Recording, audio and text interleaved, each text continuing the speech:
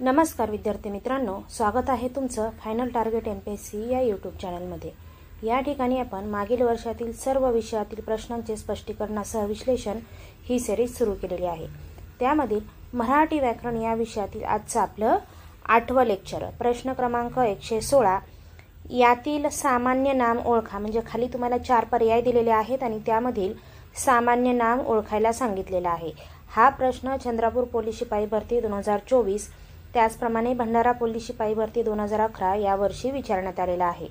पर्याय दिलेले आहेत आपल्याला नागपूर, शाळा, गंगा आणि मानवता।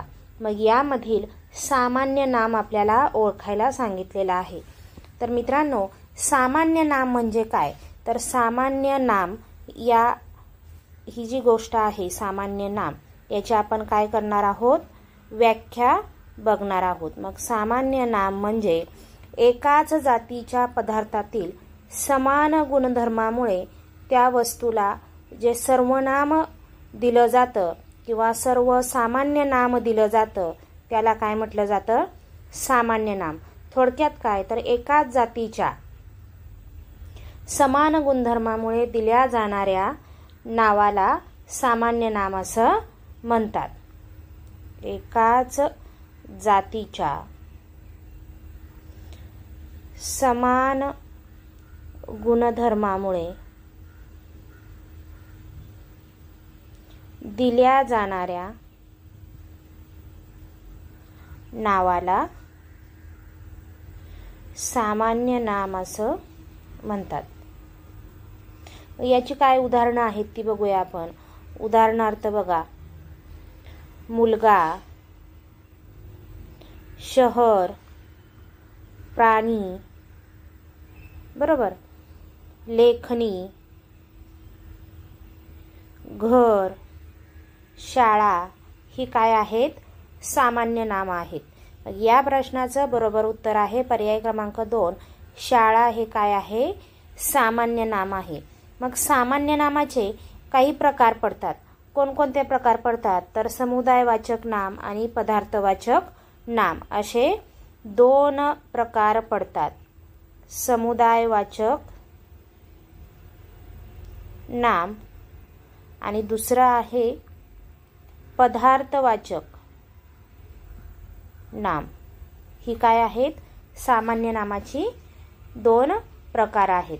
पुढचा प्रश्न आहे प्रश्न क्रमांक 117 जवळची किंवा दूरची वस्तू दाखवण्यासाठी कोणत्या सर्वनामाचा वापर केला जातो? हा प्रश्न SRPF ग्रुप क्रमांक 4 नागपूर पोलीस भरती 2024, SRPF ग्रुप क्रमांक 3 जालना पोलीस शिपाई भरती 2024 या वर्षी विचारण्यात आलेला आहे।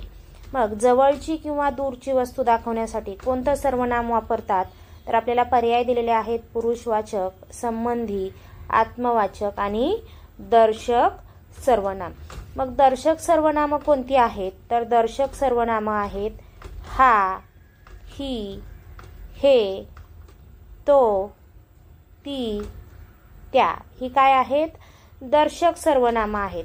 जवळची किंवा दूरची वस्तू दाखवण्यासाठी वापरल्या जाणाऱ्या सर्वनामांना काय म्हटलं जातं? दर्शक सर्वनाम असं म्हटलं जातं। ही कशाची व्याख्या आहे? दर्शक सर्वनामाची व्याख्या आहे। या प्रश्नाचं बरोबर उत्तर आहे दर्शक सर्वनाम। आणि दर्शक सर्वनाम कोणती आहेत? हा, ही, हे, तो, ती आणि त्या। ही काय आहेत? दर्शक सर्वनामे आहेत। प्रश्न क्रमांक 118 जो, जी, जे, ज्या ही सर्वनामांची रूपे कोणत्या प्रकारातील आहेत? हा प्रश्न चंद्रपूर पोलीस शिपाई भरती 2024, नागपूर पोलीस भरती 2024 या वर्षी विचारण्यात आलेला आहे। मित्रांनो, हा प्रश्न कॉपी झालेला नाहीये। बघा, 2023 असेल 2024 असेल या दोन्ही वर्षामध्ये मुंबई वगळता संपूर्ण महाराष्ट्रामध्ये एकाच दिवशी काय आहे? लेखी परीक्षा घेण्यात आलेली आहे। म्हणजेच या प्रश्नांना किती इम्पॉर्टंट आहे हे तुमच्या लक्षात आलेलं असेल। मग जो, जी, जे ही कोणती सर्वनामं आहेत? कोणत्या सर्वनामांची रूपं आहेत? पर्याय दिलेले आहेत दर्शक सर्वनाम, प्रश्नार्थक सर्वनाम, संबंधी सर्वनाम आणि आत्मवाचक सर्वनाम। तर या प्रश्नाचं बरोबर उत्तर आहे पर्याय क्रमांक 3 जो, जी, जे, ज्या ही काय आहेत? संबंधी सर्वनाम आहेत. मग संबंधी सर्वनाम कशाला म्हणतात, तर वाक्यात पुढे येणाऱ्या दर्शक सर्वनामांऐवजी किंवा एखादं वाक्य दिलं आणि त्या वाक्यामध्ये पुढे येणारं जे वाक्य आहे किंवा पुढे येणारा जो शब्द आहे त्याचा दर्शक सर्वनामासोबत संबंध दाखवण्यासाठी जी सर्वनामं वापरली जातात त्याला काय म्हटलं जातं, संबंधी सर्वनाम असं म्हटलं जातं. मग मित्रांनो, संबंधी सर्वनामं कोणती आहेत, जो, जी, जे आणि ज्या ही काय आहेत, संबंधी सर्वनामं आहेत. प्रश्न क्रमांक 119, जा, ये, उठ, कर, बस या मूळ धातूंना काय म्हणतात. हा प्रश्न सोलापूर ग्रामीण चालक पोलीस शिपाई भरती 2024, परभणी पोलीस शिपाई भरती 2024 दोन्ही ठिकाणी चालक पोलीस भरतीला हा प्रश्न विचारलेला आहे. पर्याय दिलेले आहेत अकर्मक धातू, साधित धातू, सिद्ध धातू आणि उभयविध धातू.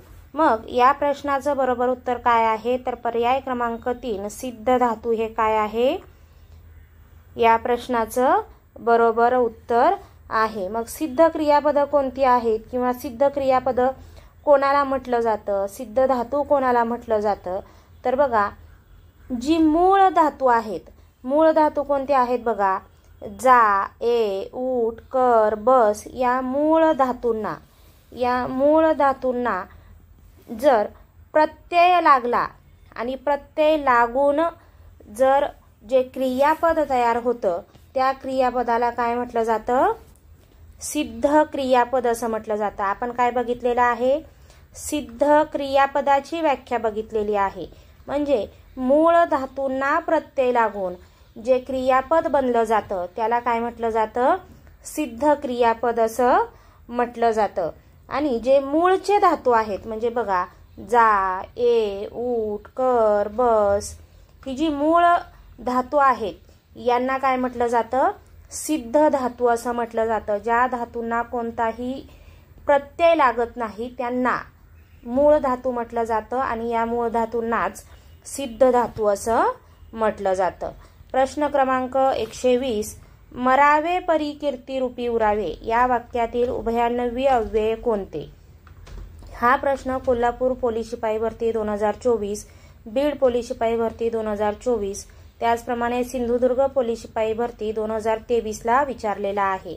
मग मरावे परी कीर्ती रूपी उरावे या वाक्यातील उभयान्वयी अव्यय कोणतं आहे. पर्याय दिलेले आहेत कीर्ती, रूपे, परी आणि उरावे. मग या वाक्यातील उभयान्वयी अव्यय आहे पर्याय क्रमांक 3 परी हे काय आहे, उभयान्वयी अव्यय आहे.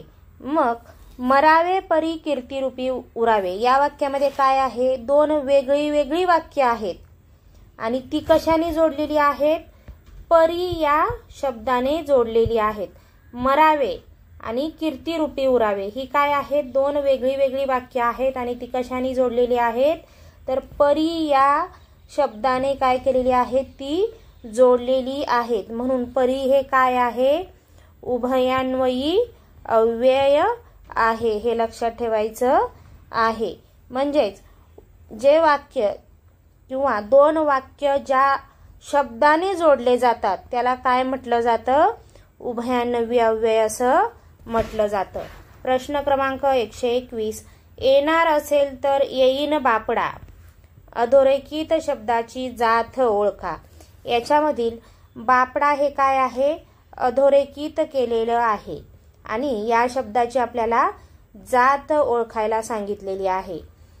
हा प्रश्न SRPF ग्रुप क्रमांक छत्रपती संभाजीनगर पोलीस शिपाई भरती 2024 ला विचारलेला आहे. त्याचप्रमाणे लातूर पोलीस शिपाई भरती 2024 ला हा प्रश्न विचारलेला आहे. पर्याय दिलेले आहेत हर्षदर्शक केवळ प्रयोगी अव्यय, क्रिया विशेषण अव्यय, व्यर्थ उद्गारवाची अव्यय आणि यापैकी नाही. मग येणार असेल तर येईन बापडा हे काय आहे, कसलं वाक्य आहे, तर इथे बघा आपल्याला हे चिन्ह दिलेलं आहे. हे चिन्ह कशाचं आहे, तर हे चिन्ह आहे उद्गारवाचक चिन्ह, म्हणजेच हे वाक्य कसं असणार आहे, उद्गारवाचक वाक्य असणार आहे. मग क्रियाविशेषण अव्यय असेल का किंवा यापैकी असेल का, तर नाही. हे दोन्ही पर्याय या ठिकाणी काय होतात, कट होतात. मग बघा या प्रश्नाचं बरोबर उत्तर काय आहे, तर पर्याय क्रमांक 3 व्यर्थ उद्गारवाचक अव्यय आहे. आणि या उद्गारवाचक जो शब्द आहे किंवा उद्गारवाचक अव्ययांनाच काय म्हटलं जातं, तर यांनाच केवल प्रयोगी असं सुद्धा म्हटलं जातं. केवल प्रयोगी आणि उद्गारवाचक अव्यय ही काय आहेत, एकच आहेत. पण इथे काय विचारलेलं आहे, हर्षदर्शक. आपल्याला हे जे वाक्य आहे हे वाक्य वाचल्यानंतर आनंद होतो का, तर नाही. आपण सहज म्हणून जातो, तुला यायचं असेल तर, मला यायचं असेल तर मी येईन बापडा, मला गरज वाटली तर मी येईल, म्हणजे मला याची एवढी काही आवश्यकता नाहीये, व्यर्थ आहे ती गोष्ट माझ्यासाठी. म्हणून या प्रश्नाचं उत्तर काय आहे, व्यर्थ उद्गारवाचक अव्यय. प्रश्न क्रमांक 122 अधोरेखित शब्दाची जात ओळखा. मग इथं वाक्य दिलेलं आहे, या शाळेत बरेच नारद आहेत. मग यामधील अधोरेखित काय केलेलं आहे, तर नारद हे काय केलेलं आहे, अधोरेखित केलेलं आहे. आणि या शब्दाची काय सांगितलेली आहे, आपल्याला जात ओळखायला सांगितलेली आहे. हा प्रश्न सातारा पोलीस शिपाई भरती 2024, नंदुरबार आणि यवतमाळ पोलीस शिपाई भरती 2023-24 ला विचारलेला आहे. पर्याय दिलेले आहेत धातुसाधित नाम, सामान्य नाम, भाववाचक नाम आणि यापैकी नाही. मग या प्रश्नाचं बरोबर उत्तर काय आहे, तर या प्रश्नाचं बरोबर उत्तर आहे पर्याय क्रमांक 3 सामान्य नाम. सामान्य नाम म्हणजे काय बघा, तर एकाच जातीच्या समान गुणधर्मामुळे दिल्या जाणाऱ्या नावाला काय म्हटलं जातं, सामान्य नाम असं म्हटलं जातं. मग एकाच गटातील प्रत्येक वस्तूला समान गुणधर्मामुळे जे नाव देतो आपण त्याला काय म्हणतो, सामान्य नाम असं म्हणतो. मग नारद हे काय आहे बघा, नारद हे म्हणजे फक्त नारद आहे का ते, तर नारद या प्रकारातील बरेच लोक, त्यांच्याकडे एक गुणधर्म आहे, एक विशिष्ट गुणधर्म आहे आणि त्यामुळे त्याला काय केलेलं आहे, हे नारद हे नाव दिलेलं आहे. मग म्हणून या प्रश्नाचं उत्तर काय आहे, तर सामान्य नाम आहे. मग सामान्य नाम कोणती कोणती आहेत, तर मुलगी आहे, शाळा आहे, घर, खेळाडू, माणूस ही काय आहेत, सामान्य नामाची उदाहरणं आहेत. प्रश्न क्रमांक 123 पुढील शब्दातून भाववाचक नाम ओळखा. हा प्रश्न बुलढाणा पोलीस शिपाई भरती 2024, त्याचप्रमाणे छत्रपती संभाजीनगर शहर पोलीस आयुक्त पोलीस शिपाई भरती 2024 ला विचारलेला आहे. यामधील आपल्याला काय सांगितलेलं आहे, भाववाचक नाम ओळखायला सांगितलेलं आहे. गुलामगिरी, बिगार, चपळ आणि शत्रू यापैकी भाववाचक नाम काय आहे, तर या प्रश्नाचं बरोबर उत्तर आहे पर्याय क्रमांक 1 गुलामगिरी हे काय आहे, भाववाचक नाम आहे. मित्रांनो, भाववाचक नाम म्हणजे काय, तर ज्या नामाने प्राणी किंवा वस्तू यांच्यामध्ये असलेला गुण किंवा धर्म, बरोबर, गुण किंवा धर्म किंवा भाव यांचा काय होतो, बोध होतो. ज्या नामाने प्राणी किंवा वस्तू यांच्यामधील गुण, धर्म किंवा भाव यांचा बोध होतो त्याला काय म्हटलं जातं, भाववाचक नाम असं म्हटलं जातं. मग याची उदाहरणं काय आहेत बघा, भाववाचक नामाची धैर्य आहे, कीर्ती आहे, चांगुलपणा, वात्सल्य, गुलामगिरी, आनंद ही काय आहेत, भाववाचक नामाची उदाहरणं आहेत. मग याच्यामधील बघा गुलामगिरी इथे दिलेला आहे, म्हणजेच गुलामगिरी हे काय आहे, भाववाचक नाम आहे. मग भाववाचक नाम बघा की काय करतं, ते एखाद्या प्राणी समूहातील किंवा वस्तू समूहातील एखाद्या वस्तूचा किंवा प्राण्याचा गुण, धर्म किंवा भाव यांचा बोध दर्शवितो त्याला आपण भाववाचक नाम असं म्हणतो.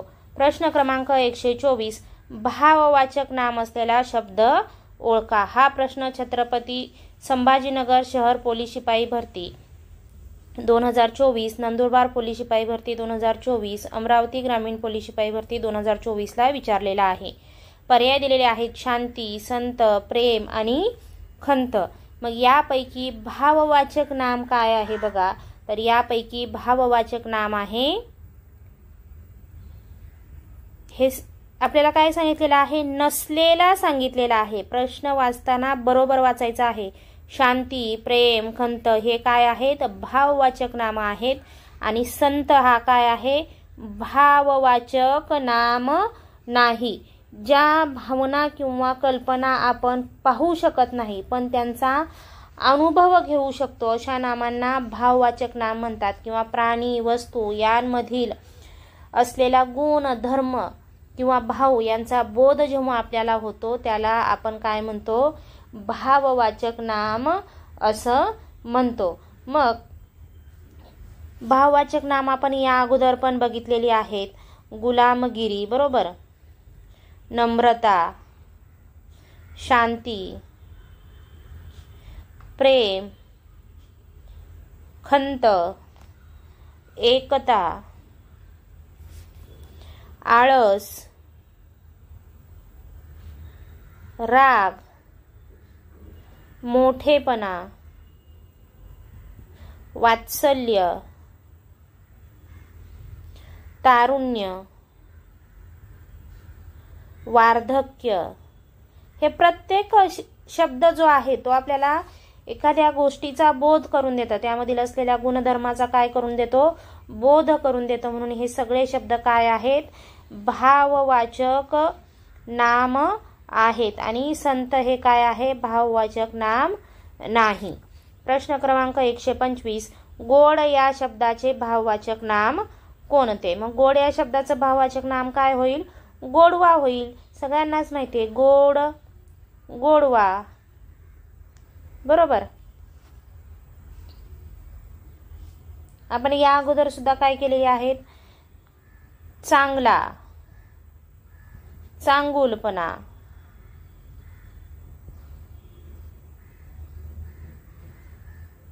अहंकार, दुःख, आळस ही काय आहेत, भाववाचक नामांची उदाहरणं आहेत. गोड, मधुर, रसाळ ही भाववाचक नाम आहेत का, तर याचा काय आहेत, हे समानार्थी शब्द आहेत. प्रश्न क्रमांक 126. परीक्षा हे अभ्यासाचे एक मूल्यमापन आहे. वरील सर्वनामाचा प्रकार ओळखा. आपल्याला एक वाक्य दिलेलं आहे आणि त्यामधील काय सांगितलेलं आहे, सर्वनामाचा प्रकार ओळखायला सांगितलेला आहे. मग बघा आपल्याला समजलं पाहिजे सर्वनाम कोणती कोणती आहेत. हा, ही, हे, तो, कोण, काय, आपण, बरोबर. ही काय आहेत, सर्वनाम आहेत, बरोबर. आणि मग आपल्याला इथं काय विचारलेलं आहे बघा, परीक्षा हे अभ्यासाचे प्रमुख साधन आहे. इथं काय केलेलं आहे, याला अधोरेखित केलेला आहे आणि यातील सर्वनामाचा प्रकार ओळखायला सांगितलेला आहे. मग हा, ही, हे काय आहेत, दर्शक सर्वनामांचे प्रकार आहेत. त्यामुळे परीक्षा हे अभ्यासाचे एक मूल्यमापन आहे. यातील सर्वनामांचा प्रकार कोणता आहे, दर्शक सर्वनामाचा प्रकार आहे. हा, ही, हे, तो, ती, ते ही काय आहेत, दर्शक सर्वनाम आहेत. प्रश्न क्रमांक 127. पुढील पैकी विशेषण असणारा पर्याय निवडा. हा प्रश्न नांदेड बॅट्समन पोलीस शिपाई भरती 2024, वाशिम पोलीस शिपाई भरती 2024, त्याचप्रमाणे पालघर बॅट्समन पोलीस शिपाई भरती 2024 ला विचारलेला आहे. बघा एकाच वेळेस किती ठिकाणी हा प्रश्न विचारलेला आहे, तर एकाच वर्षी वाशिम, पालघर, नांदेड या ठिकाणी हा प्रश्न विचारलेला आपल्याला पाहायला मिळतो. मग विशेषण असणारा पर्याय काय सांगितलेला आहे, आपल्याला निवडायला सांगितलेला आहे. मग विशेषण म्हणजे काय, तर जे शब्द नामाबद्दल अधिक माहिती सांगतात. आपल्याला या व्याख्या पाठ असणं गरजेचं आहे. विशेषण म्हणजे काय बघा, विशेषण म्हणजे जे शब्द नामाबद्दल अधिक माहिती सांगतात त्याला काय म्हणतात, विशेषण असं म्हणतात. यातील विशेषण कोणतं आहे? पर्याय दिलेले आहेत: साहस, समाज, स्वकीय आणि शत्रुत्व. यापैकी विशेषण कोणतं आहे? तर पर्याय क्रमांक 3 हे काय आहे? विशेषण आहे. आणि विशेषणाची आपण काय केलेली आहे? व्याख्या या ठिकाणी बघितलेली आहे. प्रश्न क्रमांक 128. झटकन, पटकन, पटपट, टपटप हे कोणत्या प्रकारचे क्रियाविशेषण अवयवाचे प्रकार आहेत? इथे पर्याय दिलेले आहेत: अनुकरणदर्शक क्रियाविशेषण अव्यय, प्रकारदर्शक क्रियाविशेषण अव्यय, निश्चयदर्शक क्रियाविशेषण अव्यय आणि यापैकी नाही. तर झटकन, पटकन, पटपट, टपटप ही कोणत्या प्रकारची क्रियाविशेषण अव्यय आहेत? तर या प्रश्नाचं बरोबर उत्तर आहे पर्याय क्रमांक 1, अनुकरणदर्शक क्रियाविशेषण अव्यय. मग क्रियाविशेषण म्हणजे काय? आपण यापूर्वी काय बघितलेलं आहे? विशेषणाची व्याख्या बघितलेली आहे. तर क्रियाविशेषण म्हणजे काय? तर क्रियाविशेषण म्हणजे जे शब्द क्रियापदाबद्दल अधिक माहिती सांगतात.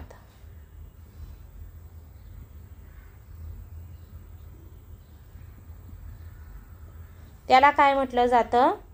क्रियाविशेषण अव्यय असं म्हटलं जातं. मग झटकन, पटकन, टपटप, पटपट ही काय सांगतात आपल्याला? क्रियापदाबद्दल अधिक माहिती सांगतात. त्याला क्रियाविशेषण अव्यय म्हणतात. मग त्यातील कोणता प्रकार आहे? तर अनुकरणदर्शक क्रियाविशेषण अव्यय हा काय आहे? त्यामधील प्रकार आहे.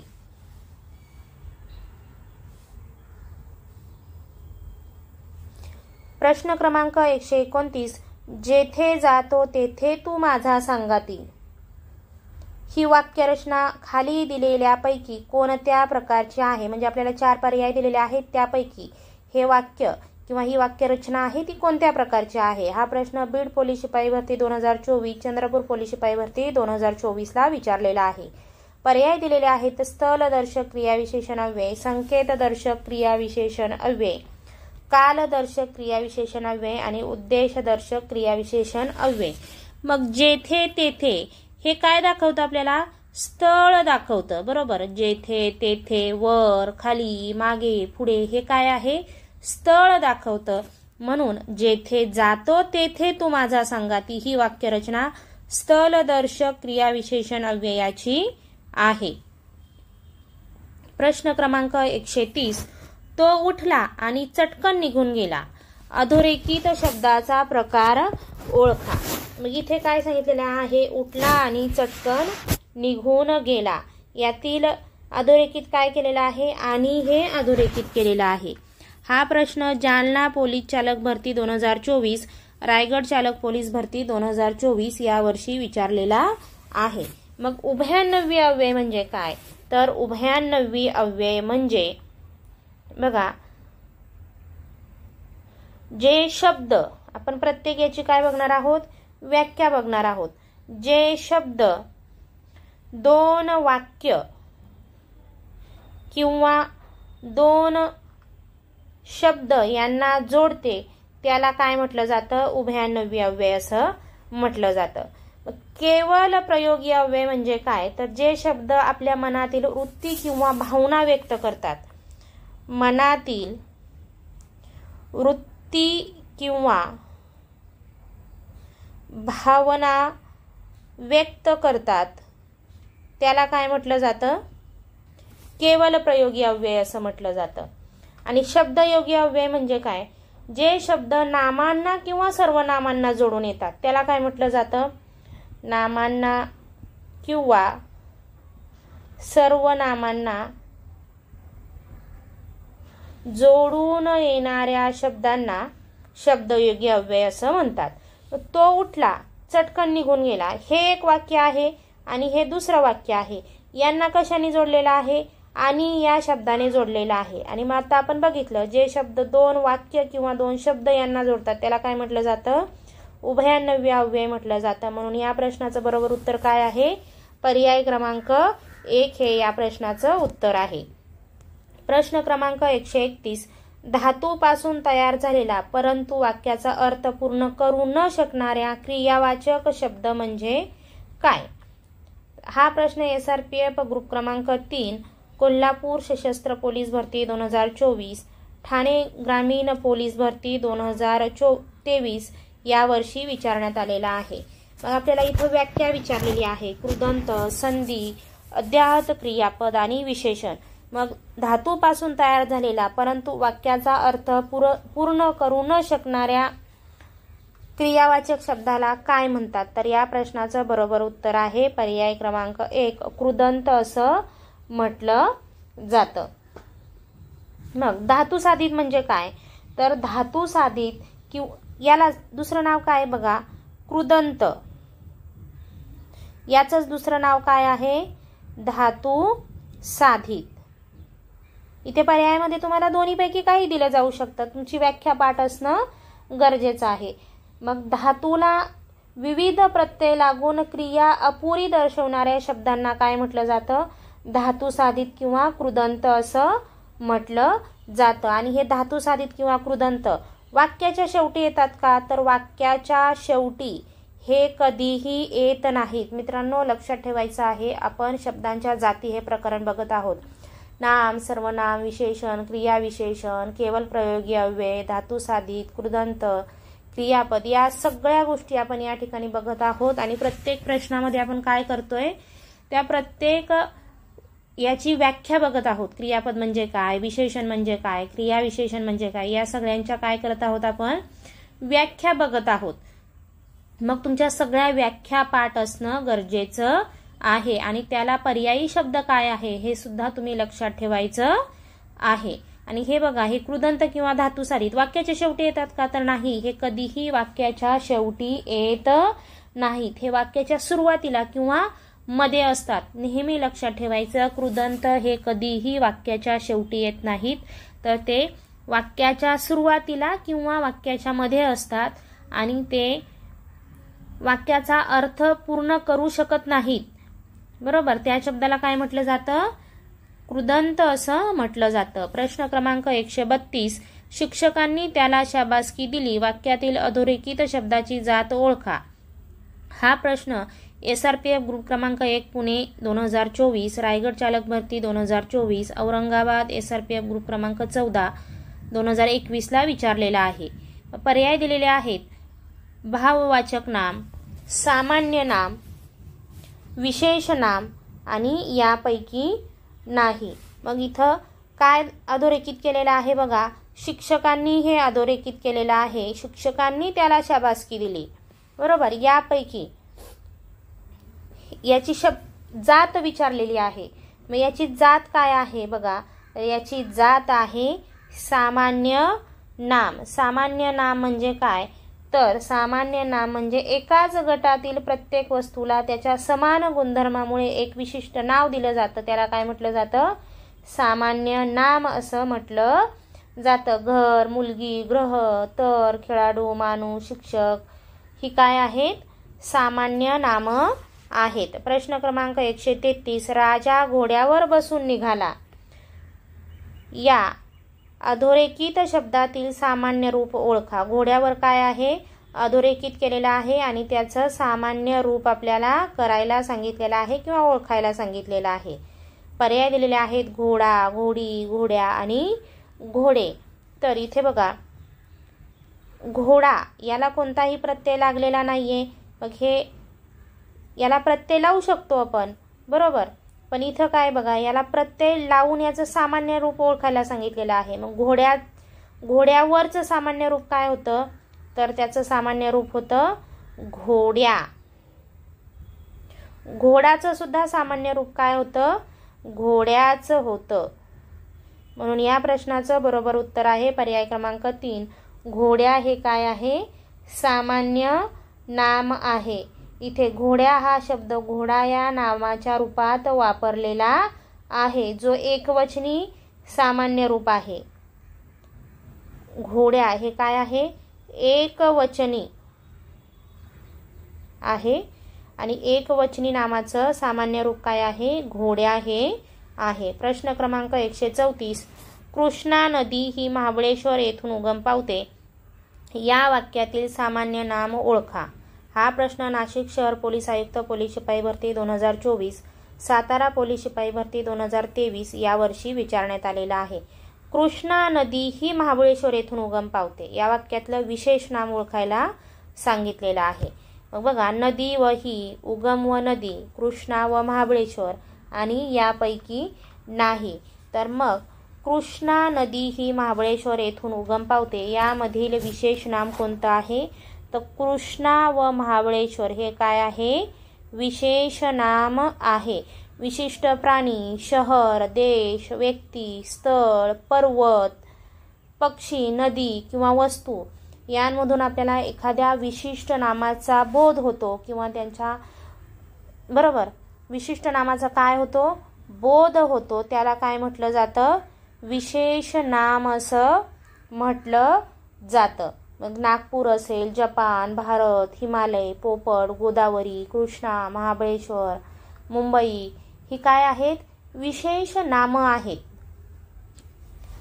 प्रश्न क्रमांक 135. आजच्या लेक्चरमधला शेवटचा प्रश्न. गंभीर या शब्दाचे भाववाचक नाम कोणते आहे? हा प्रश्न नागपूर कारागृह पोलीस भरती 2024 आणि जालना पोलीस भरती 2018ला विचारलेला आहे. पर्याय दिलेले आहेत गंभीरता, गंभीरपणा, गांभीर्य आणि जडत्व. मग गंभीर या शब्दाचं भाववाचक नाम काय आहे? तर या प्रश्नाचं बरोबर उत्तर आहे पर्याय क्रमांक 3. गांभीर्य हे गंभीर या शब्दाचं भाववाचक नाम आहे. मग भाववाचक नामाची आपण व्याख्या बघितलेली आहे. ज्या शब्दाने प्राणी वा व्यक्ती अथवा वस्तूच्या गुण, धर्म किंवा भाव यांचा बोध होतो त्याला काय म्हटलं जातं? भाववाचक नाम असं म्हटलं जातं. मग सौंदर्य आहे, धैर्य आहे, उंची, गोडी, वात्सल्य, दुःख, आनंद ही काय आहेत? भाववाचक नामं आहेत. मित्रांनो, आत्तापर्यंत आपण मराठी व्याकरण या मधील 135 प्रश्नांचं काय बघितलेलं आहे? विश्लेषण बघितलेलं आहे. एकूण 8 लेक्चर आत्तापर्यंत आपण घेतलेले आहेत.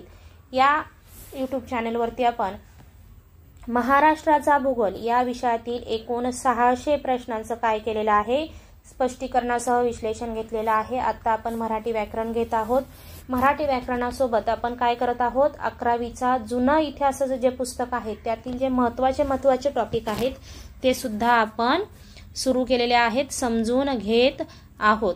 मित्रांनो, हे लेक्चर तुम्हाला आवडलं असेल तर या लेक्चरला लाईक करायचं आहे, आपल्या मित्रांना लेक्चरची लिंक शेअर करायची आहे आणि अशाच सर्व विषयातील प्रश्नांचे स्पष्टीकरण जाणून घेण्यासाठी फायनल टार्गेट MPSC या यूट्यूब चॅनेलला सबस्क्राईब करायचं आहे. धन्यवाद. जय हिंद.